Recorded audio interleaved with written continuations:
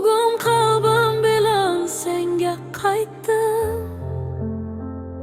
Kechir meni. Har tun ko'zim ochildi nuring bilan. Har nafasim o'tdi sening izning bilan. Ne'matlaring ichra yashab turibman.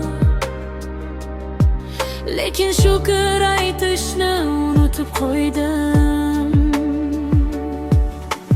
Kulgan kunim ham sendan edi, yig'lagan damim ham hikmat edi. Qo'llarim duoga kech ochildi. Meni kechir mehribon Allohim. Bugun anladim har bir minnat mo'jiza. Har sinoving ortida rahmating yashar. Qalbim yana senga bosh egmoqda. Yolg'iz o'zing panohim. Shukr qilishni unutib qo'ydim Allohim. Ne'matlaringni oddiy deb bildim. Endi har nafasim alhamdulillah. Yuragim faqat senga intildi. Shukr qilishni unutib qo'ydim Allohim. Rahmatingdan umid uzmadim.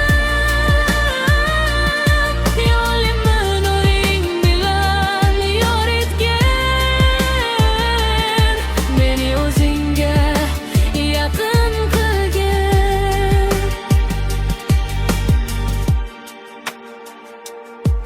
Ba'zan dunyo ortidan yugurdim, asl baxtni esa kech tushundim.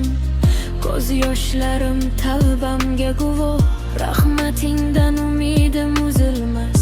Har sinovim meni chiniqtirdi, sabr qalbimni yana uyg'otdi. Bugun shukr bilan yashayman, sening roziligingni izlayman. Menga bergan har bir kuning eng buyuk sovg'ang ekan. Har urgan yuragim ham sening ne'mating ekan.